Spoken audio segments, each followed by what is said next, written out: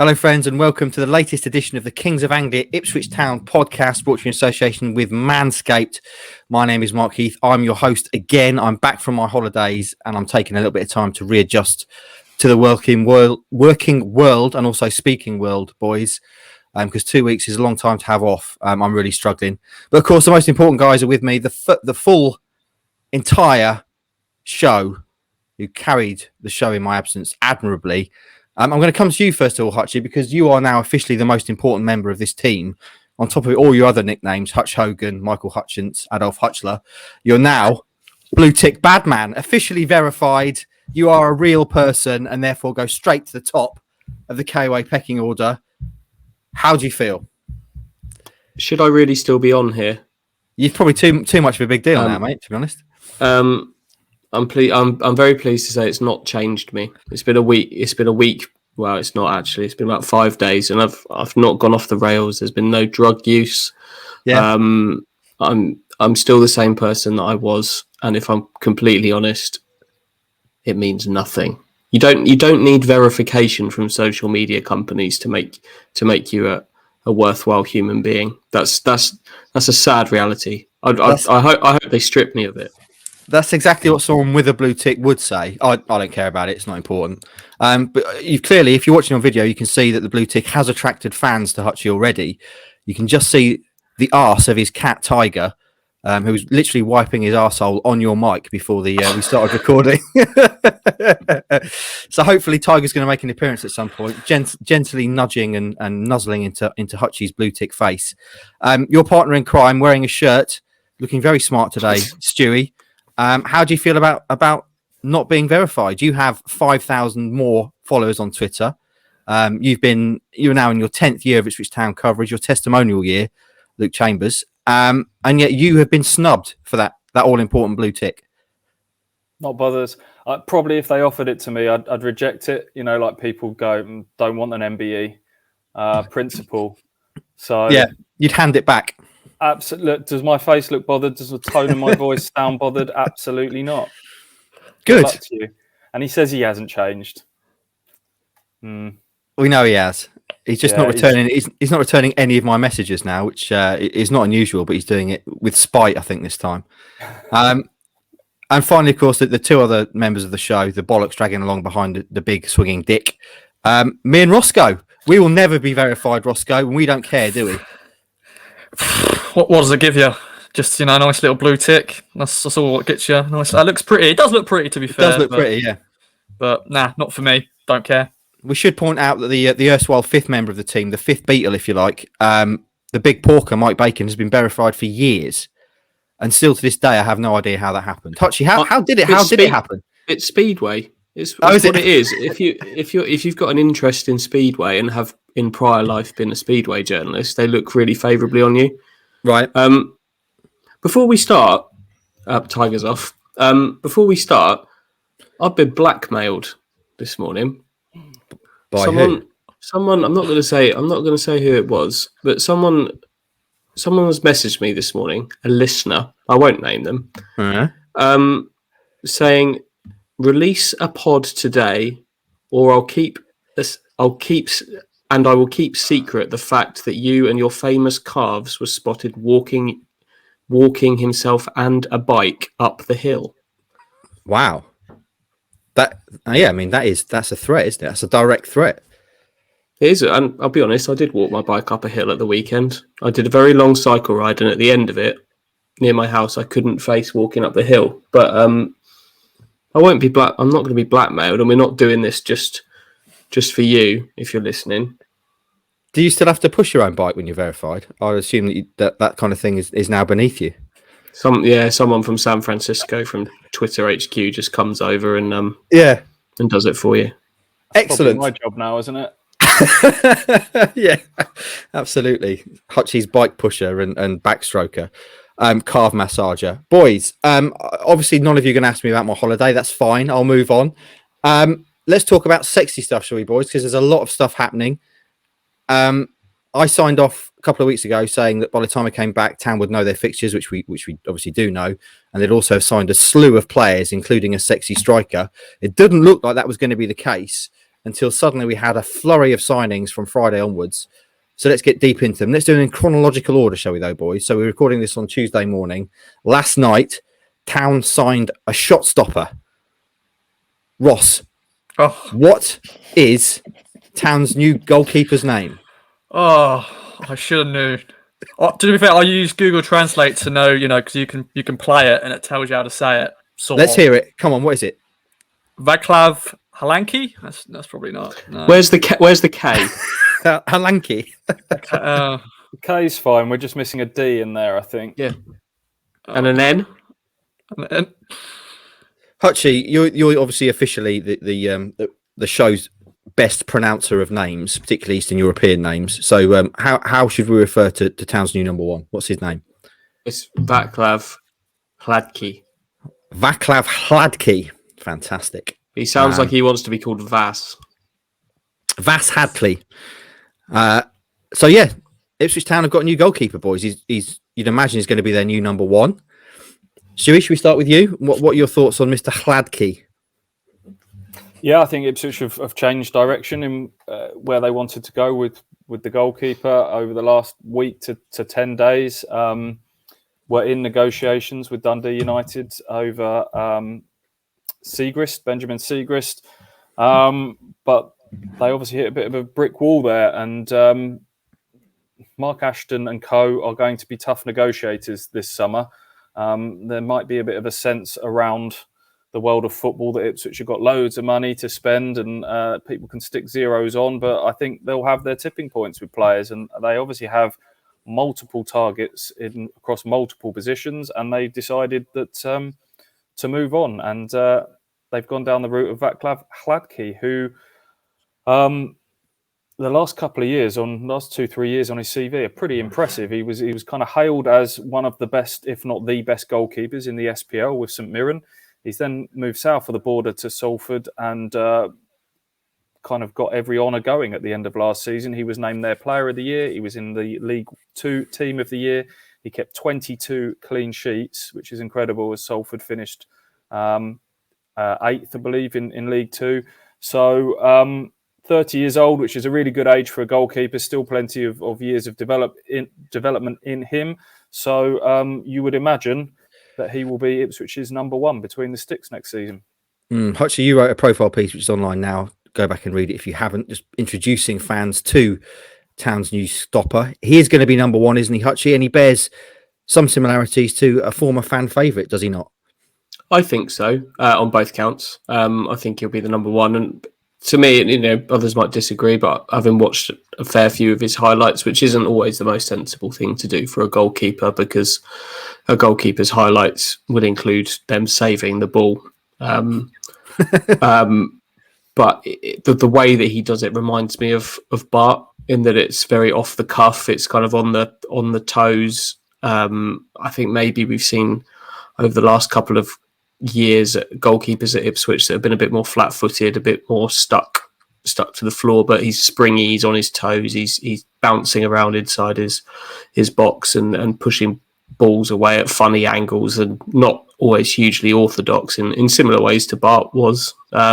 He reminds me of Bart, but the crucial thing that I want to see from a goalkeeper, and it's been hard to see this in sort of all the highlights and things that are available, is that the thing that Ipswich have lacked in goalkeepers is a command of the box, particularly between sort of the edge of their 6-yard box and the penalty spot, and command in the area. That's what I really want to see from him. That the signs look relatively promising. He can come through traffic and punch and is confident enough to try and catch, but you only really see that side of a goalkeeper when you're watching him every week. So that's what I'll be looking for from a new goalkeeper, because I think that's the area that they really need something more from.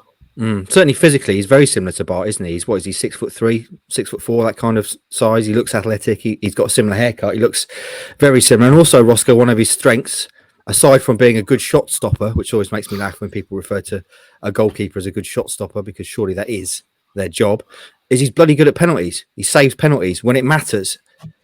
Yeah, I've been checking his stats. You get it? Yep, stats. Yeah. No, check. Check. He's from Czech, probably. Checkmate and all that. But yeah, it's always good. It's always good for a keeper who is you can rely on penalty shootouts. And yeah, I'm not gonna lie, I don't know much about him before he signed. I think probably I was trying to stay away with players who I can't pronounce, so it's probably the ones I try to stay away from. But yeah, 22 clean sheets last year. That is very impressive. I don't know if any other goalkeeper in English football did that this last season. So yeah, and I think that's when Holy first signed, he got a lot of clean sheets, didn't he? He really broke a record. But yeah, I'm impressed with this signing. He also faced the most shots, second most shots in League Two last season. These aren't just clean sheets that are because of an immaculate backline in front of him. That only, I think it was only Crawley conceded more shots. So he's made a lot of saves to keep those clean sheets. They've been quite hard earned by all accounts. Good stats, actually. I was going to say Rossi clearly hoping that Town would sign Ben Amos and not Hladky. Thomas Holy is the incumbent, though, boys. He's still at Ipswich Town. Do we think then that Town are going to go into? Are Town going to go into the season with these two keepers, or are we going to see Holy move on as well? What do you reckon?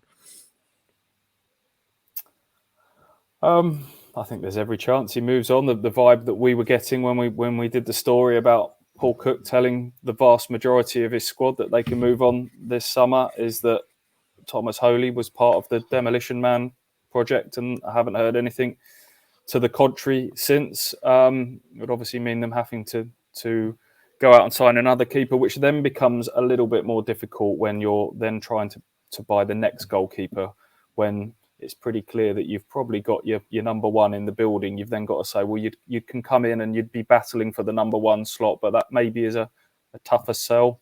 So if that proves a tough sell and you maybe haven't got the suitors for Holy, then potentially you kind of roll into the season with those two. But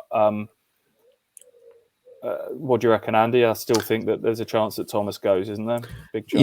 Yeah. It was very much one of those that was told he could move on. And like you say, there's no real evidence suggesting that that's changed. However, if it was me, I wouldn't be trying to move him on. I think he's the kind of character that would actually adapt to a role as being the number two and pushing for a start really quite well. He's clearly a good character. He will make an effort to help Vaclav settle. I'm sure they don't know each other, but I'm sure Thomas is the kind of character that would have done that with any goalkeeper that was coming in, whether he's Czech or not. So, he's low maintenance, isn't he? Yeah, low maintenance. We know he's this infectious, positive character. I think in terms of your backup goalkeeper, if that's what he's to be. He won't be comfortable with that. All goalkeepers want to play, but I think it's your off-field qualities as a number two are just as important as being ready when called upon. He's a solid League One goalkeeper. It's probably a position that they needed to level up, as they did across a lot of positions this summer. But they've left themselves a lot of work to do. Is it an unnecessary one to go messing about with your backup goalkeeper? I don't know, but we'll see. You certainly don't need to go out and bring in another one sort of on top of him and then try and get rid of him, do you? I think if you find a suitor for him and are able to move him on, then maybe you do that. But I think that would be the order that it has to happen in, rather than desperately going out there and bringing in a second choice goalkeeper because you want to move Holy on. So yeah, that's probably where I'd be at with it. You need healthy competition as well, don't you, boys? I mean, obviously Holy has been number one for Town in the past. You need someone pushing Hladky if he is indeed going to be the man between the sticks at the start of the season. You want someone that can push him and keep him on his toes. So let's see. In terms of other signings, boys, other sexy stuff, obviously there was a lot happening over the weekend, but I want to talk first of all about something we expect to happen today. Another signing, the sixth signing of the summer, Matt Penney, formerly of Sheffield Wednesday, left-sided specialist. Stewie, is he coming in to be Town's left back? Not sure. He can play in multiple positions down that left-hand side, left back, left wing back. He's played quite a lot of, and I think more latterly has been used further forward as a left midfielder for Sheffield Wednesday. Owls fans will tell you he's better going forwards than he is defensively. That's where the question mark's over him. Paul Cook does like marauding fullbacks who play as wingers. So it may be that he's being earmarked as that sort of left back who will have the shackles taken off of him. Similarities to Wes Burns in terms of someone who can play anywhere down that right side. So that fits in with Paul Cook trying to sign versatile players, which enables you to carry a smaller, tighter-knit squad throughout the season. So whether he's been signed as a squad player or as a starter, time will tell on that one. Roscoe, thoughts on Matt Penney? I don't really know much about him. I know he scored an absolute cracker in Germany. That is a position where we are needing to bring in. Good age, 23. Good age. Ticks your boxes, under 30. I think the only worry for me, he hasn't played much football at all, really, in his whole career. I know he's still very young. But yeah, left side specialist, as you said, can play in different positions. I think that's always good, having players who's versatile. Yeah, I think it's a free transfer, so not a risk or anything like that. So yeah, not too fussed about it, not too excited about it. I'm sure he'll be a decent little squad player. You're like Hutchie, not too high, not too low, just flat line like that. Like Hutchie is all the time. Hutchie, is Matt Penney going to set your pulses racing? I'm absolutely buzzing about it. No, Ross, just go back to Hladky, Ross. Oh God, he turns 31 in November. Now, what happens then? What happens then? Out. No, he's a goalkeeper. That is a prime age for a goalkeeper. Okay, so there's different rules. It's different rules. Okay, he's a goalkeeper. So okay. Can we just establish when he becomes useless then? What age do goalkeepers become useless? I don't know. But sometimes at full, like Buffon, I know it's a whole different level. He's still playing. He's a freak of nature, though. Surely yeah, he's an exception to the rule. At what point do goalkeepers become shit? When their backs are fucked. Okay, so they can't dive anymore. 33, 34? I think 35 after 35, and if they can't dive Okay. about as much as they used to. So he's still got 5 years. 35 fine for goalkeepers up until 35. Outfield players over 30 get rid. That's the Roscoe approach. Excellent. Ross, there you go, Mark. It's 2021. We're living in the year of sports science and prime athletes getting later and later. We're living in the year of Tiger Woods and Roger Federer and Tom Brady and Cristiano and Tom Brady. I don't think we should be writing people off at 30 anymore. Yeah, we're League One though. We're League One. Okay. No, League One. This is, of course, coming from a 24-year-old man. Just you wait till you get a bit nearer 30, Roscoe. I'm struggling at 24, to be fair. Hutchie, sorry. Before we digress there, you were saying about Matt Penney. You were buzzing. Yeah. We'll see. I don't think he's coming in as the starting left back. That would surprise me. I would expect another to come in, but I think this probably cements where Miles Kenlock is at in terms of his position at the club, because Penney can comfortably play at left back and can play in midfield as well, and perhaps is the reason why Miles may potentially move on wherever that may be. From what I gather from speaking to a couple of people at Sheffield Wednesday about him, is that he kind of burst onto the scene. And Stu, do you remember? I think when we went up to Sheffield Wednesday, the really little manager they had, Jos Hladky. Do you remember him? Mm-hmm. He burst onto the scene under him, and he absolutely loved him. And I think Sheffield Wednesday fans at that point were really quite excited because it's someone come through the youth system and was ready to go. But Steve Bruce came in and he stalled a bit, and he went off to St. Pauli in Germany, which is one of the most fascinating clubs on the planet. But little Jos was his manager there as well. St. Pauli are the kind of heavy metal rock and roll skull and left crossbones. Wing, yeah. And proper. So he went there.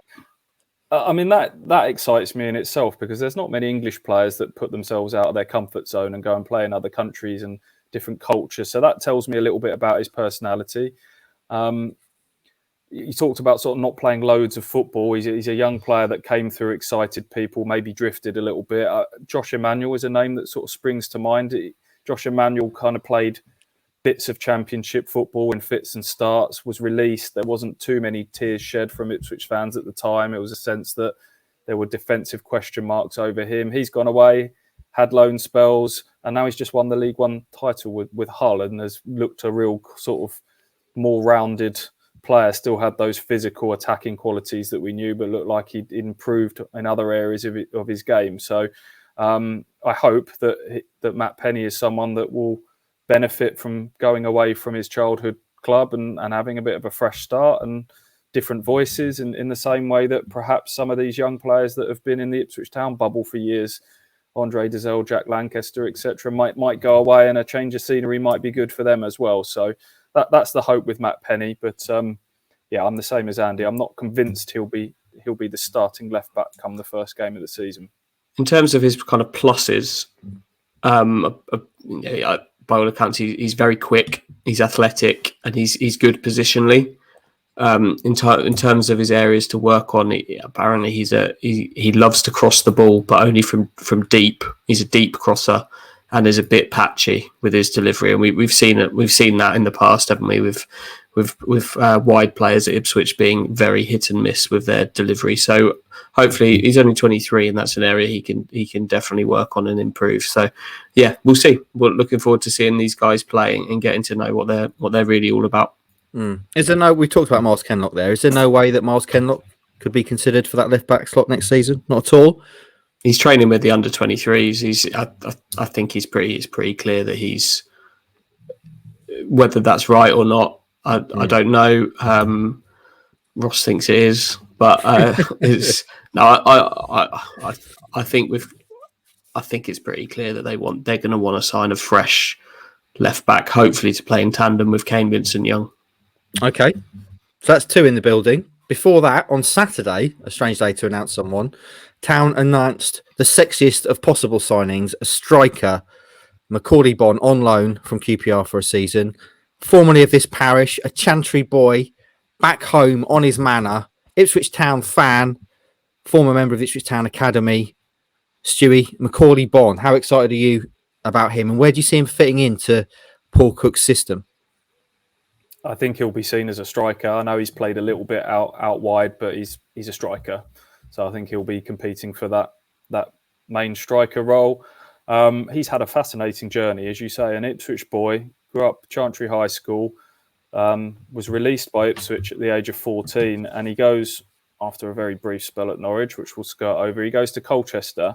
He comes through their academy, and he's kind of in and out of their team over a few years. It was actually sort of he burst on the scene with a few goals in his first few games after he just turned 18. And then he had to kind of bide his time for a while because Freddie Sears, it was the season that Ipswich signed Freddie Sears. So Freddie Sears kind of kept him out of the team for the first half of that season. Then I think they signed, it would have been Chris Porter midway through that season. So it was never really lift off for him at Colchester, and he had to drop down to non-league.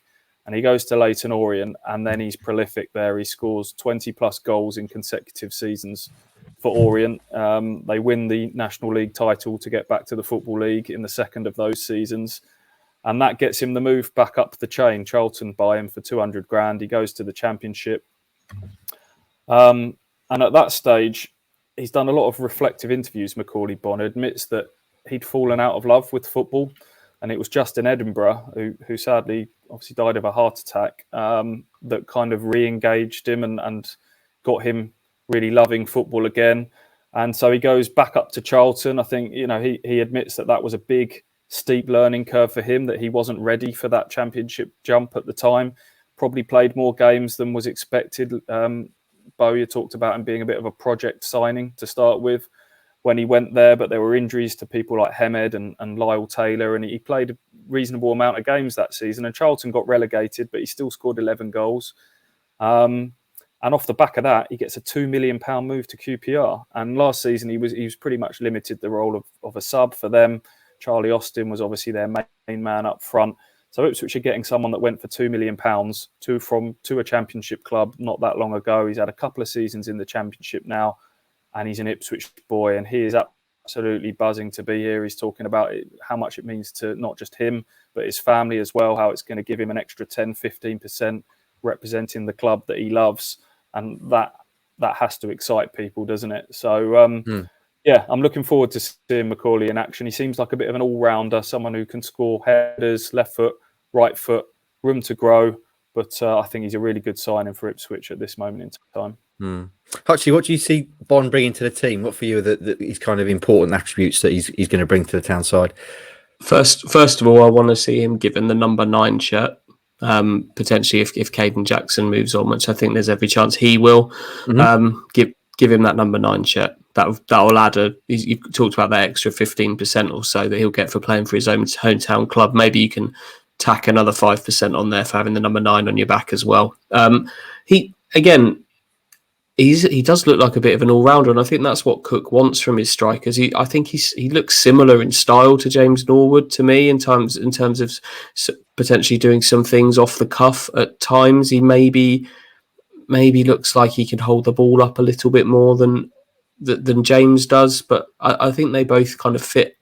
They both fit a type. I agree with Stu. I'd like to see him down the middle rather than putting people wide when really they're central strikers. But I think this could really benefit James Norwood as well to have a like a kind of almost a like for like challenger for a starting spot. I found it really interesting what Stu said just a minute ago about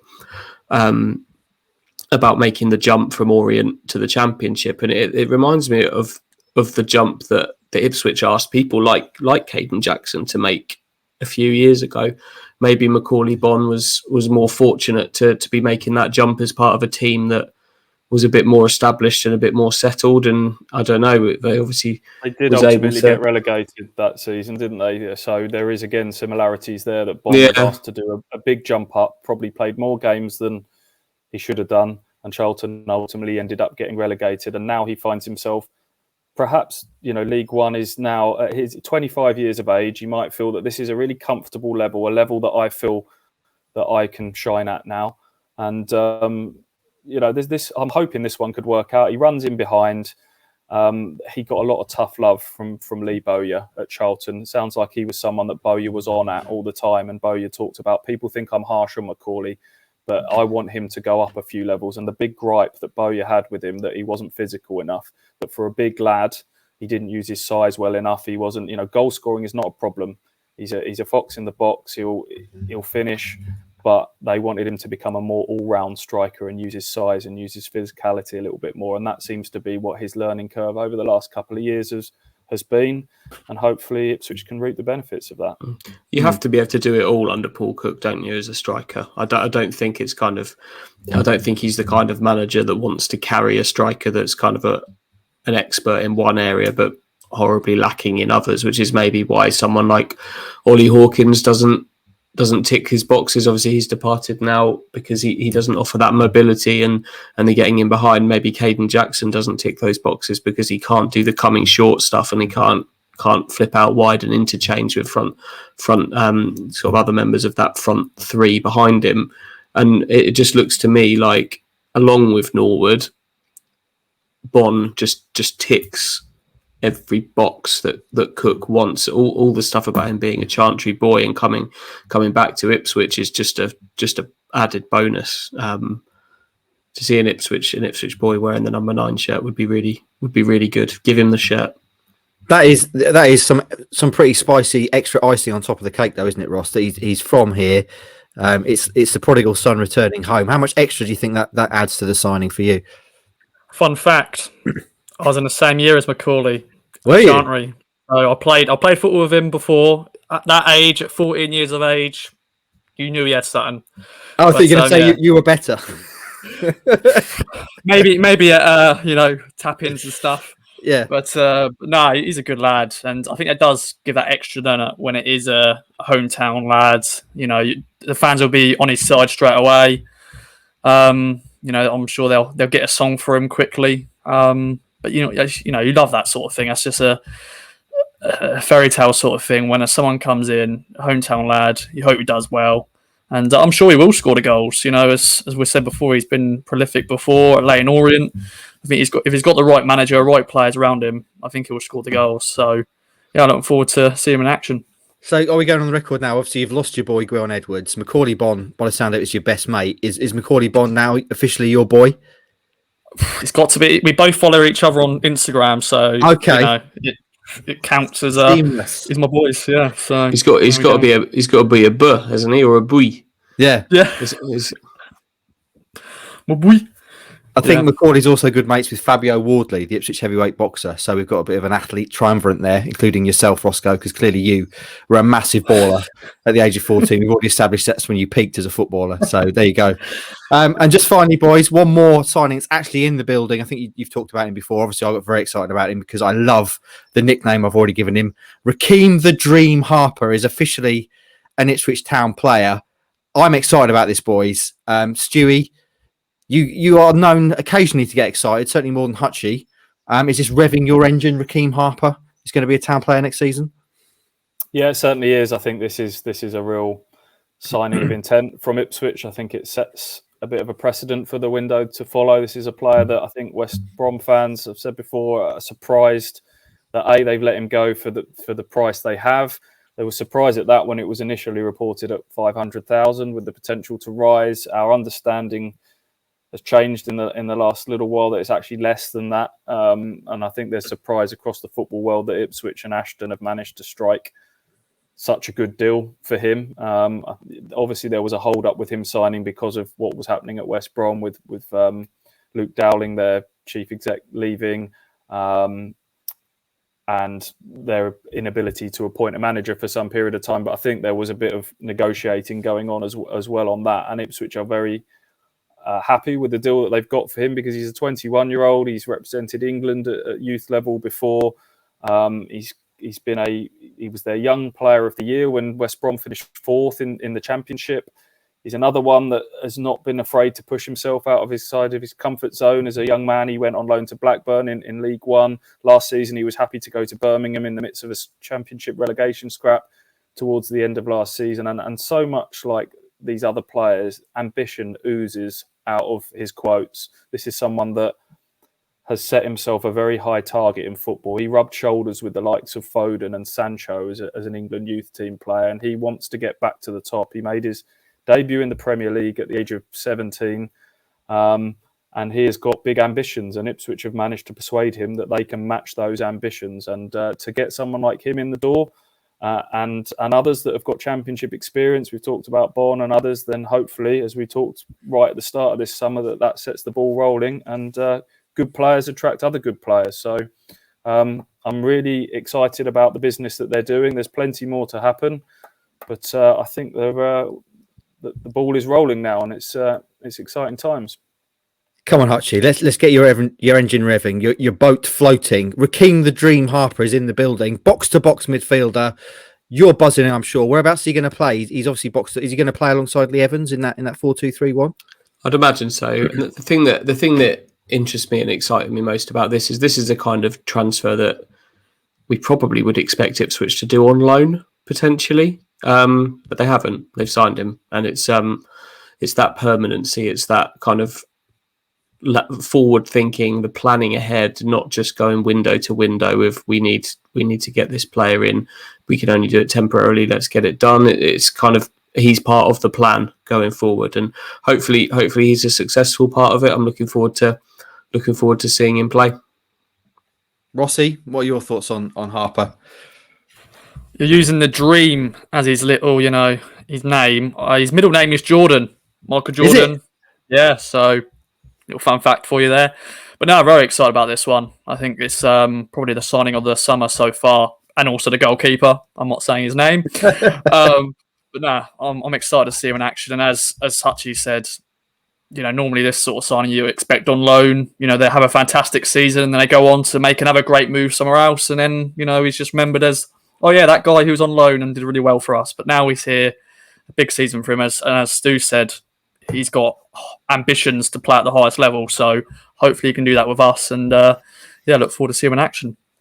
All right, then, boys. Before we move on to other kind of links that we've reported, or you boys have been working the phones and stuff, I just want to ask you, in the spirit of our sponsor, Manscaped.com, use code KOA at Manscaped.com for 20% off and free delivery. Balls on the table time. Clearly, there's been a lot of well manicured, well trimmed testicles on the Portman Road boardroom this past week or so as deals have been getting done. I want to ask you, boys. Ross has alluded to it there. Of the 6 signings so far, which for you is the best signing? I'm going to start with you, Stu. What are you going to say of the 6 that have come in so far? The best signing for you? Harper for me. For the reasons you've just explained, pedigree, For the etc. reasons we've explained, yeah, I think he'll change the whole dynamic of the team in terms of those 2 holding midfielders.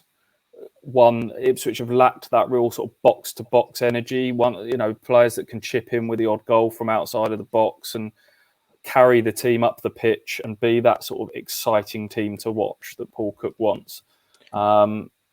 So for me, him coupled with his age and the fact that he's permanent and that he's a player that, from a business perspective as well, is also a really good one. So yeah, Harper for me.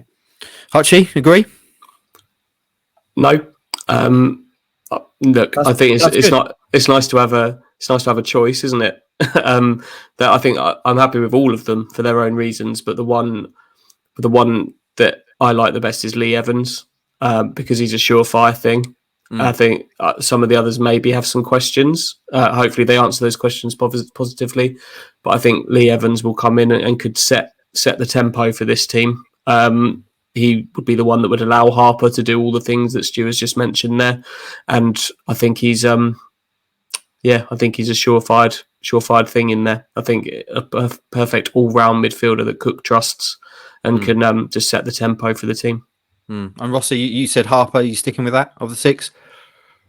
Of course, I got to send my boy as well, Macauley Bonne. But I think Harper for the deal, and he's permanent, and he's 21. So happy days. Ticks all the boxes. Boys, when did it become a thing, by the way, that all transfers are undisclosed fees, it seems, these days? When did that start? Used to be exciting talking about how much teams were spending. Why do we get undisclosed all the time, Stewie? Because both clubs will always have a bit of an agenda in terms of... Let me give you an example. Andy and I were touching on this week, that sometimes clubs will want to talk up how much they've paid because they'll want to be showing, we're ambitious in the transfer market. Sometimes they'll want to talk it down because they'll think it weakens their hand in the market when they're trying to do more business. Ipswich, there was a time when I think Ipswich maybe were trying to talk up what they were spending because Marcus Evans wanted to show that he hadn't sort of pulled up the drawbridge financially. And so there were deals like the Waghorn one and the Hughes one, the Emir Hughes one, that were kind of being talked up towards. Hughes, I think, was £1 million was talked about at the time. And then a few years later, Mick McCarthy, on his kind of way out of the building, out of nowhere, was going into press conferences and trying to tell everybody how little they'd spent on Emir Hughes. And it was said it was $1 million at the time. He was 200 grand. And so everyone's kind of got a different agenda when it comes to these fees. So that's why clubs kind of mutually decide to make it undisclosed, I think. Annoying though, isn't it? I like to talk about big money, big deals being done. Anyway, fingers crossed there's a lot more deals being done. On that note, in terms of players who haven't actually signed yet, but you boys have been working the phones and getting stories on. We've got to start with the story you dropped yesterday, Stewie, on another midfield target, the big lad, Crooks. Town are stepping up their pursuit for the Rotherham midfielder.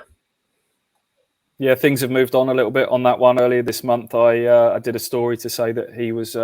he'd been identified as a prime target and that Ipswich were set to make their move. I think after a few weeks of posturing and just seeing how the land lies amongst all parties, Ipswich are now in that position to make that move. And there is still a lot of moving parts to this one, but I'm more positive that this could happen than I was maybe a couple of weeks ago, put it that way. So if they can pull this one off, that'll be a big signing, both in literally and figuratively, because we've talked about Ipswich needing a bit more physicality in the team, a bit more League One nous. He would certainly have that. He was a player that's was Championship Player of the Month at one stage during last season, scored goals, had assists for a Rotherham team that only just slipped to relegation on the final day. So if Ipswich can pull this one off, that'll be a big signing. Roscoe, if Town can bring Crooks to Portman Road, that would be massive, wouldn't it? Do you see the fact that they've made some ambitious signings already, maybe being an extra factor in Crooks' decision? Because obviously there's going to be interest in him from elsewhere as well. Definitely, that would be the signing of the summer for me straight away. That it would just blow everything out of the water. He's already shown he's bullied Town before when he played us with Rotherham. He's now proven he can do decent in the Championship. I'm sure he probably would want to stay in the Championship, but if he feels he's going to an ambitious club, one more season in League One, get him promoted, and then hopefully play regular Championship football. But it looks like a very good signing if it happens. Stu, obviously you're close to this one, Stu. Have you got any insight as to the type of money we're talking about with this one? He's going to take a significant fee, isn't he, given his pedigree? Yes and no. I think Rotherham fans I've seen chucking around sort of figures of £1-2 million plus. I think people are underestimating how depressed this market is off the back of a season where clubs had no income from gate receipts. And we talked about maybe the penny still hasn't dropped for some players in terms of the wages that are on offer this summer. So it may be that the stars have aligned here. I think it's worked out really nicely that this summer Ipswich are in a position to be able to they're in a position where they've cleared the decks quite early on. So they know they're in a position where they can now start to build, where other clubs are thinking, well, I want player X, but we've got to move on player Y before we can do that. Ipswich are in the box seat because they can move quickly on some of these. And I think the gap between what Championship clubs can offer in terms of wages and top-end League One clubs, which Ipswich are, has probably narrowed. The Championship is a basket case league financially. We know that. So, and they'll have run into some real. I'm sure that will have been really exaggerated and exacerbated by COVID last year. So Ipswich find themselves in a good position, I think, where they can compete with those sort of bottom-end Championship clubs for players. I'm sure Matt Crooks, having had the season he's had, would ordinarily be thinking, I want to stay in the Championship. Who wouldn't? A club like Derby have shown interest, and that the name of Derby, regardless of what's happened to them, I think is a draw.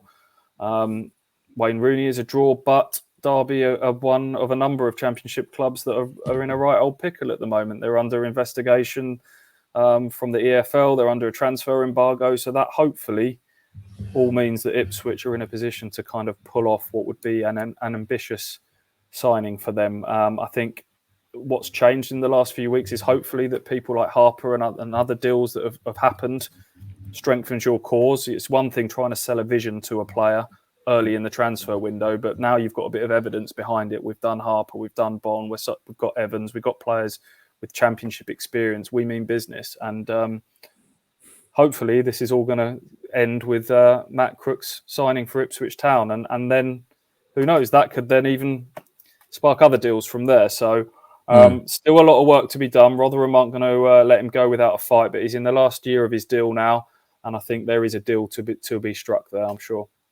Hutchie, where does someone like Crooks fit in the jigsaw that Paul Cook is currently putting together? We know that Evans and Harper potentially going to be those two deep line midfielders in the 4-2-3-1. Where does Crooks fit into that then? Is he going to be a bit further forward? Can you see? I know he can play a variety of positions, but where would you see him fitting? He's the number 10 for me. I think we talked about this before. He's the number 10, but a very different number 10. Like we've seen Ipswich's number 10s in the last season and a half have been people like Alan Judge, Teddy Bishop, Josh Harrop had a go, Lancaster, Dobra, very slight, tricky customers. But Crooks is very different to that. He's obviously got the good feet for a big man. We'll tick that box. But he just brings power, and Ipswich haven't had power through the spine of their team in the forward areas really for a long, long time. There aren't many number 10s like Matt Crooks, to be completely honest. And as we've said before, we've painfully learned in the past what he can do to defences that aren't necessarily set up to deal with him. So,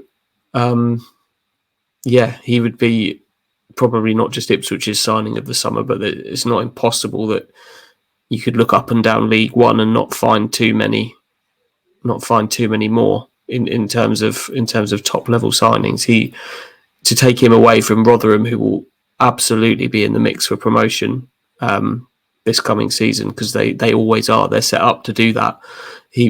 That would be a real statement if they were to do that.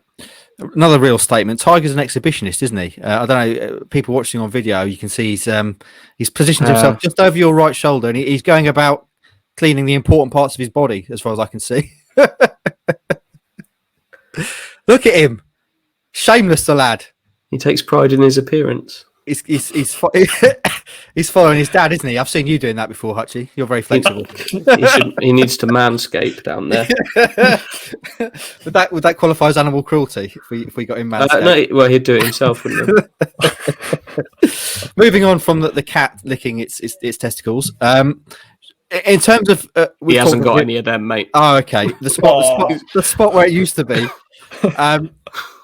What can we draw, boys? We've already talked. You boys have said about Paul Cook wanting to sign all rounders, and obviously Matt Crooks is kind of different in that he is a unit. He is a physical specimen. But everyone we've talked about them signing, pretty much, we've said athletic, ambitious, and wants to work hard. We know that Mark Ashton has got this funnel that he's talking about. All these traits are going in, these players' names are going in, and they're being cross-checked against the traits that Paul Cook wants. Can we deduce that's definitely what he wants? It sounds silly saying, he wants athletes. Obviously, all professional footballers are athletes, but these guys seem to be particularly athletic as one of their kind of key traits, don't they, Stewie?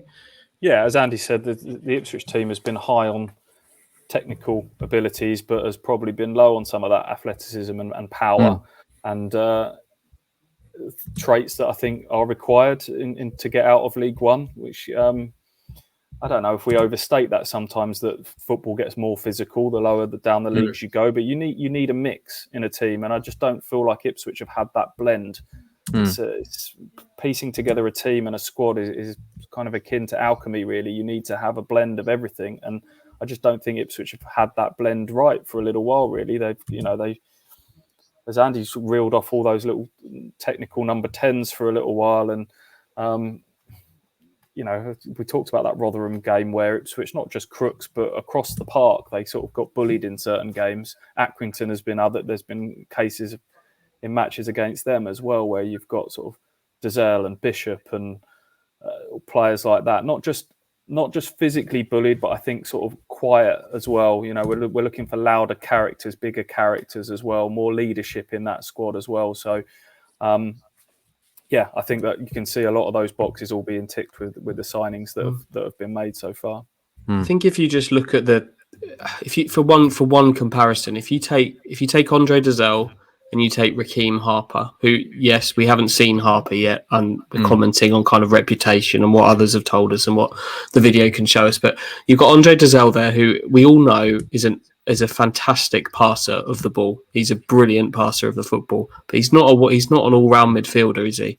He's not got the physical side of it. We've seen times where he's not had the kind of ability to close down players. I remember the goal that Scott Twine scored for Swindon here. I think it was Andre that didn't get out to stop that. He's not box to box. Whereas in Rekeem Harper, you've signed a player who clearly has passing ability. We've seen that, but he has a more rounded game. He maybe doesn't quite excel at the top level of the passing ability that Andre Dazelle has, but he has the other attributes that just make him that more well-rounded midfielder. And I think if you're building a team, you can't really put a team together of players that all have their own outstanding attributes but don't necessarily bring the full package. But if you can put a team on the field that have got players that can offer you something in so many different areas, that's almost conducive to a better football team, isn't it?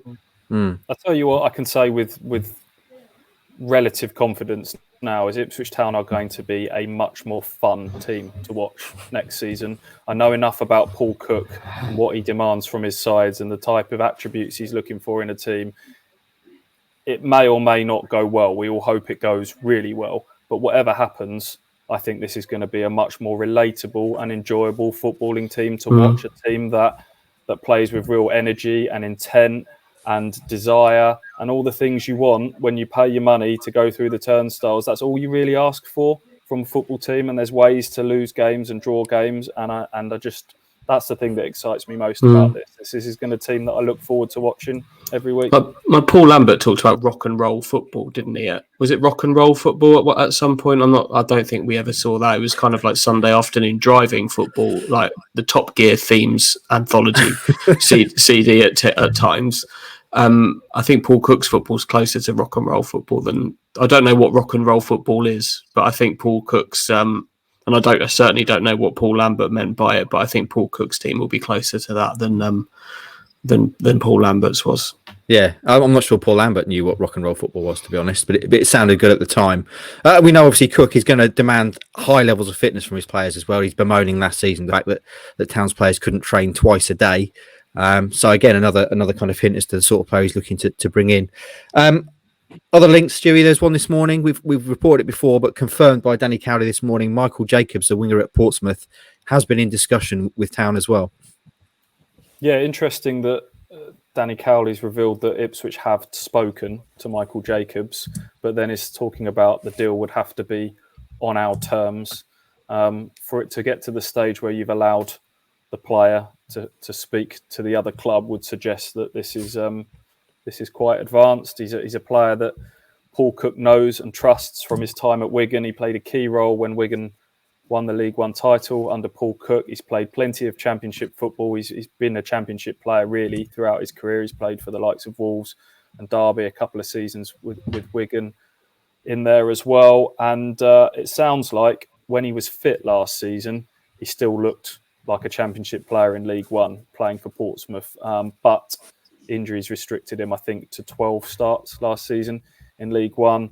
He had what operation was it, Andy? You'll have to tell me. He had hamstring and then it was knee, the second one.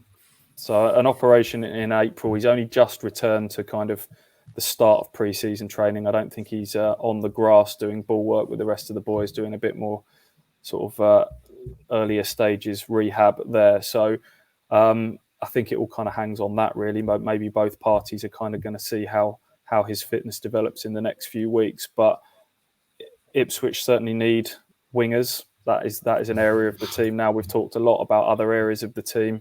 Those wide areas are going to be massive, so that the load isn't being carried by the strikers for all the goals and all the assists, which was a major problem last season. I think Jacobs would be a really good signing if the price is right and if the new sports science team that has been assembled by Ashton can back themselves to get him over his injury worries.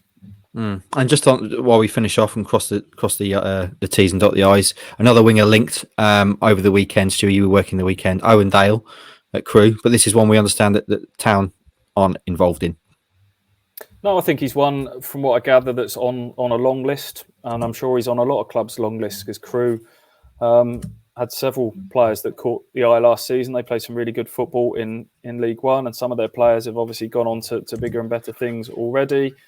But from what I gather, he is just that one of many players on the list of wingers that they may potentially move for. They're certainly not in a bid negotiation stage or anything like that. So this one smacks to me of clubs, agents trying to use Ipswich's alleged interest to drive up fees and drive up interest. And I think Ipswich are being used as a bit of a pawn in that game this summer. Ipswich have got a load of Yankee dollars behind them. They can spend big. Or if Ipswich,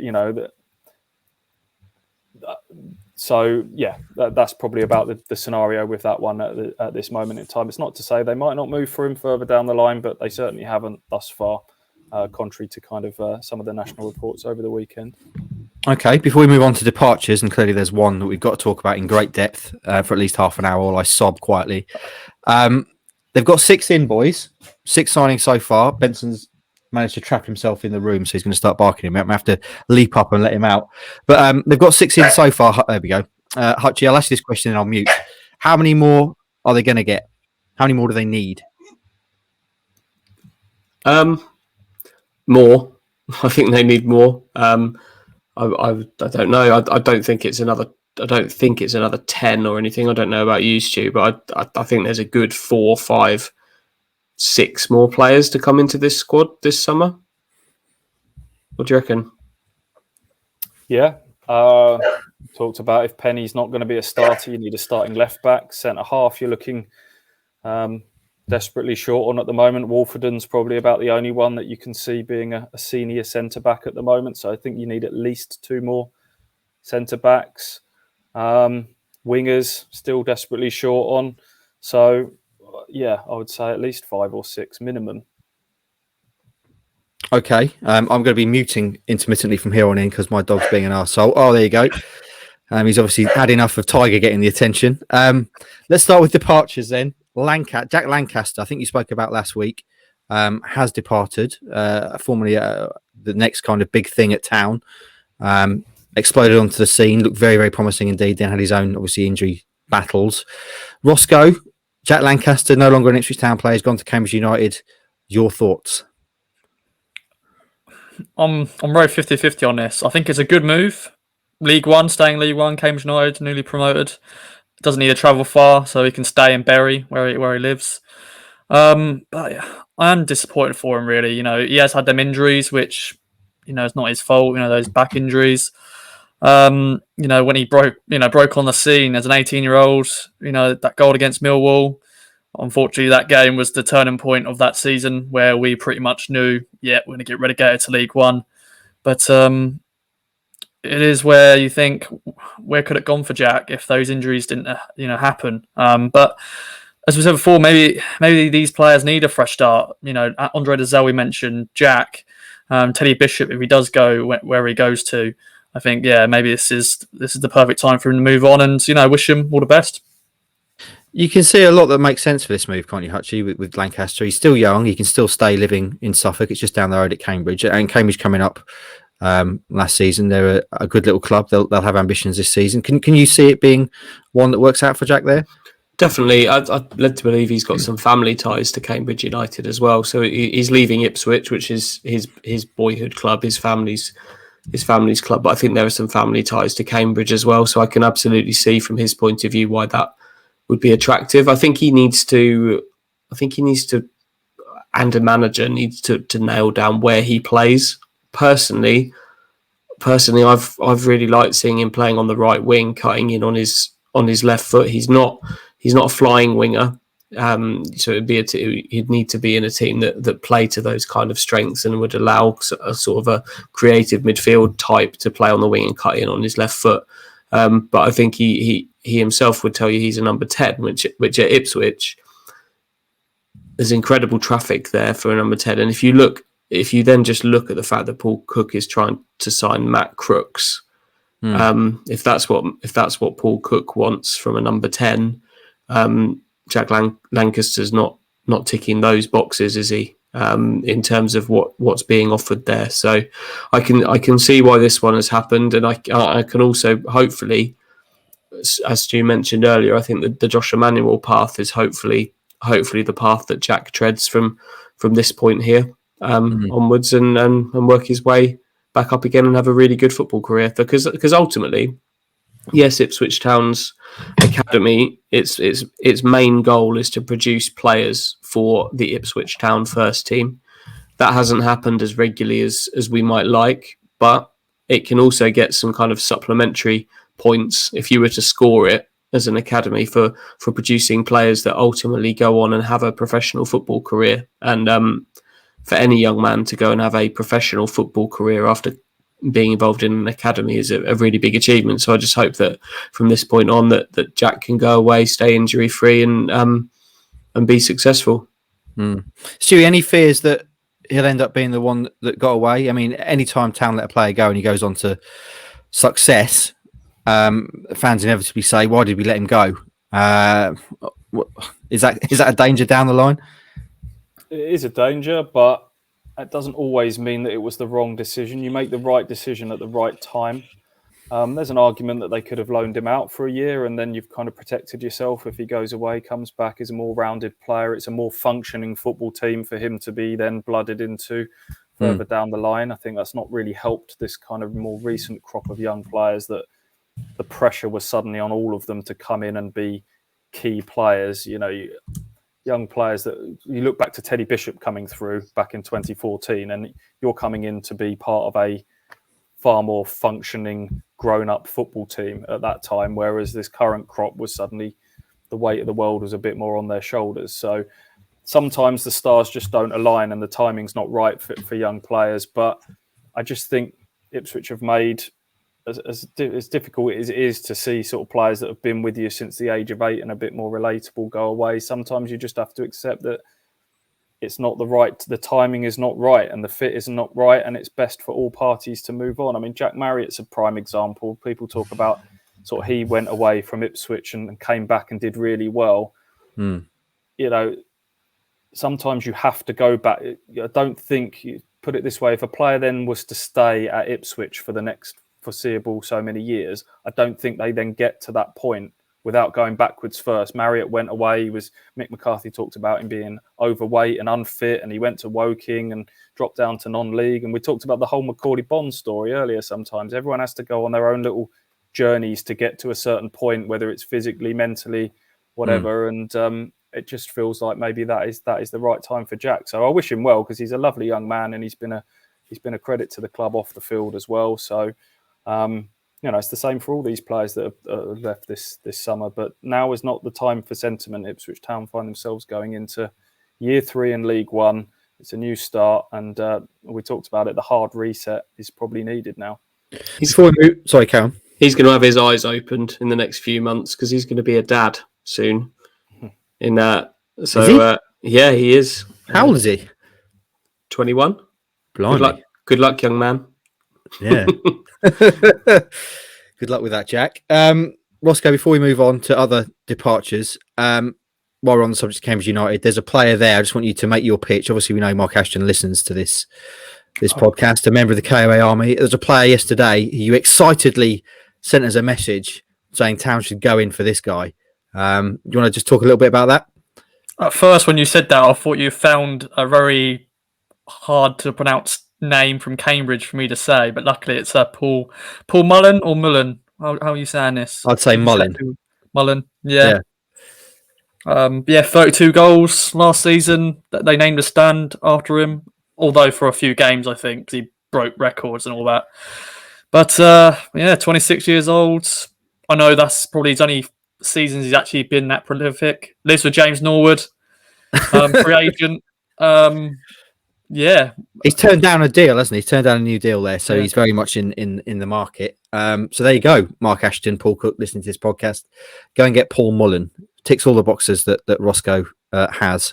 He is James Norwood of 2019. It's the exact same situation, isn't it? 32 goals, got his team promoted, and is leaving. Is he lively on social media as well? No, not. Would that be good or bad for James Norwood off the pitch, having his close mucker who he lives with also being his work buddy as well? I don't know if that would elevate James Norwood or whether it would be an unwelcome distraction. I've got no idea, but be interesting, wouldn't it? Because only one of them would start, presumably. So you can. It'd be a very interesting dynamic if that was a thing. Could make for a frosty home dynamic as well, couldn't it? If one of them starting. Did I accidentally just give you a little kick on the knee? yeah. I've accidentally left water all over the bathroom floor. Don't slip. Yeah, here you go. I've made you dinner. dodgy lasagna. Yeah. Right then, boys. There's 2 more departures. We already knew one of them. Di Cornell had left. He's now signed for a new club. He's at newly promoted Peterborough. Very quickly, Stewie, thoughts on that? Cornell to Peterborough. Yeah, great move for him. Obviously, just had his contract terminated by mutual consent with Ipswich. So for him to get a championship move is great for him. He'll go into. They're saying that he'll go in to compete with Christy Pym for their number 1 position next season. We saw David Norris leave Ipswich, didn't we? And Will Norris. We saw Will Norris leave Ipswich, and everyone sort of thought that he wasn't particularly good for Ipswich, and he ended up playing some Premier League games for Burnley last season. So it's a strange position, goalkeepers. Good luck to David there. Right then, friends, members of the KOA Army, it's inevitable. We have to talk about this. I'm afraid it's true. Aaron Drinan, Town have signed one dream, but one dream has ended. Aaron Drinan, Drizzy, the man up front, Driniesta, the man who scored that worldie at Crewe last season, goal of the season, cruelly overlooked, is no longer an Ipswich Town player. The story of Drizzy at Town is over for now. He's signed for Leyton Orient, dropped down to League Two. and I'm devastated. Hutchie, are you devastated? What do you make of this move for Drinan? I'm absolutely delighted for him because if you'd asked me a year ago where Aaron Drinan would end up, where he would sign his next contract and what his career would look like, I wouldn't have told you he'd be going to League Two on a multi-year contract with a good manager like Kenny Jackett. So in the space of a year, he's managed to turn around a career which, without a crystal ball, I'm going to suggest might have ended up with either a move to non-league or perhaps a return to Ireland. He's managed to turn around a career and get a 2 year. Is it 2 years he's got at Orient? Yeah. 2 year contract. 2 year contract at a good club in League Two. So he's done very well for himself. And yeah,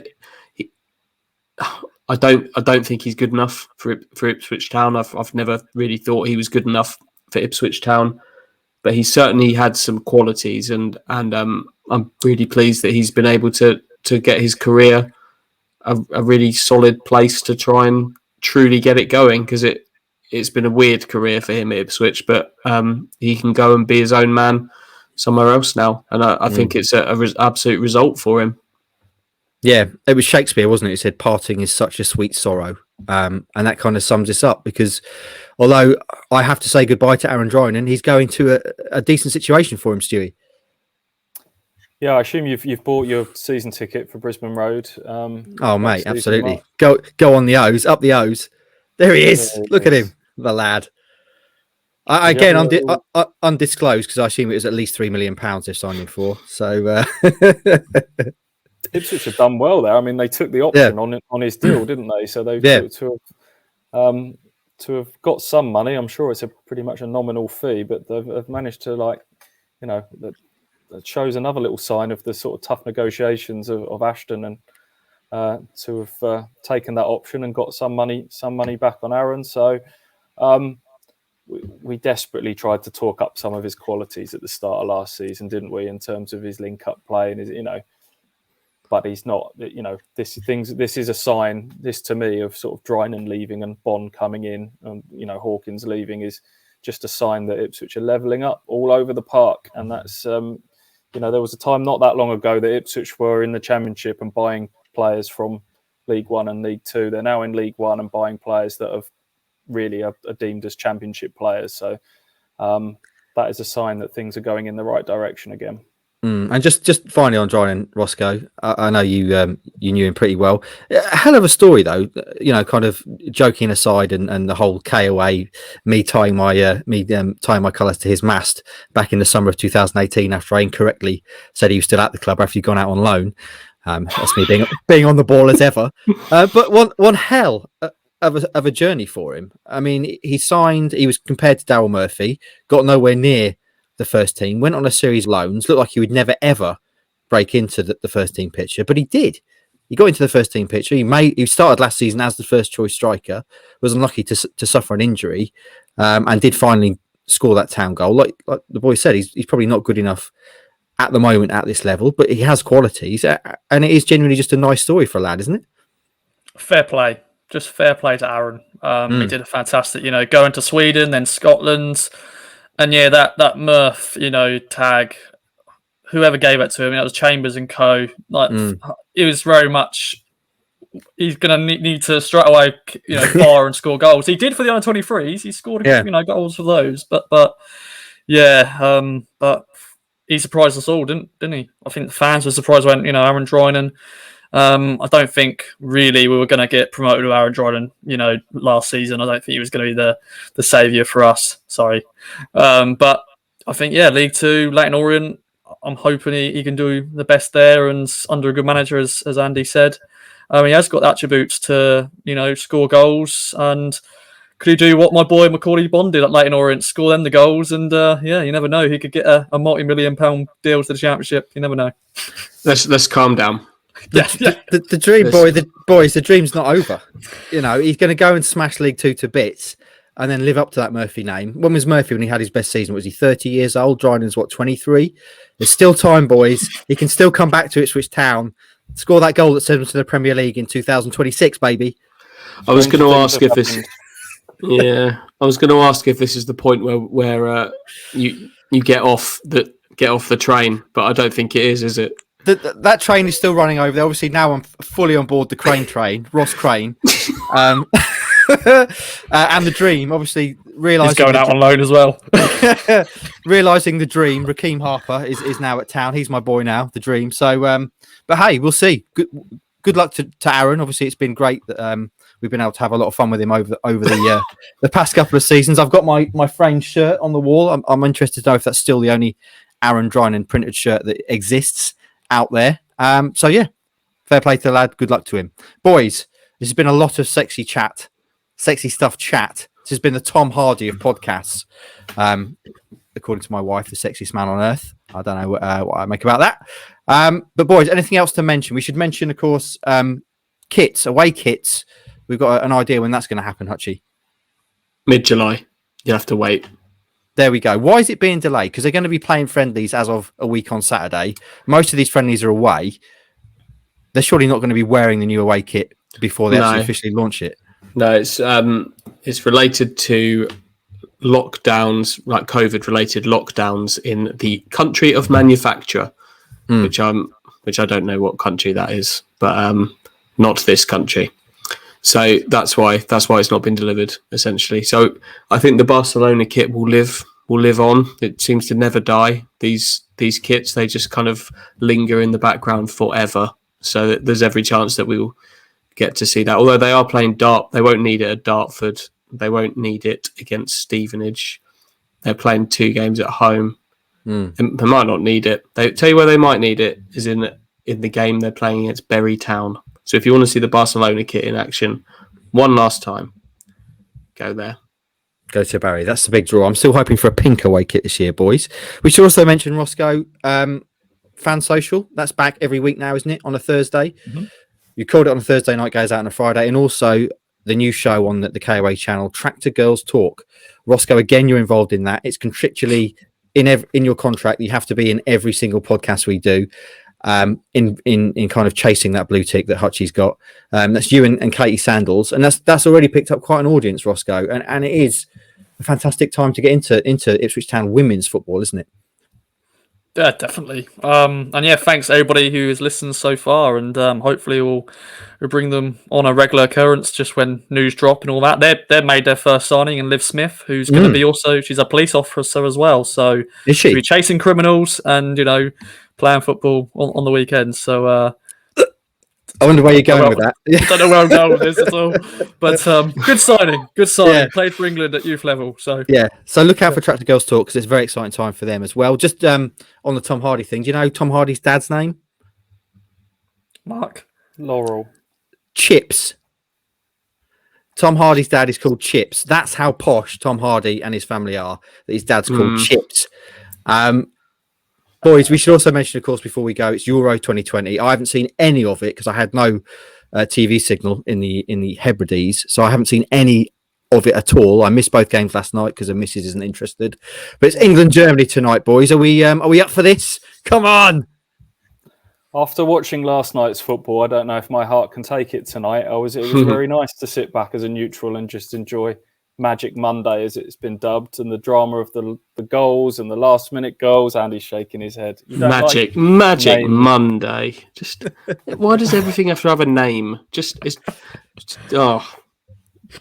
Anyway, two great games though. But I don't know if my nerves could handle that sort of scenario tonight. What are we saying? What's your predictions, boys? Stewie, England, Germany. England going to do it? Yeah, on pens. On pens? Fucking hell. Can't take that. Stewie.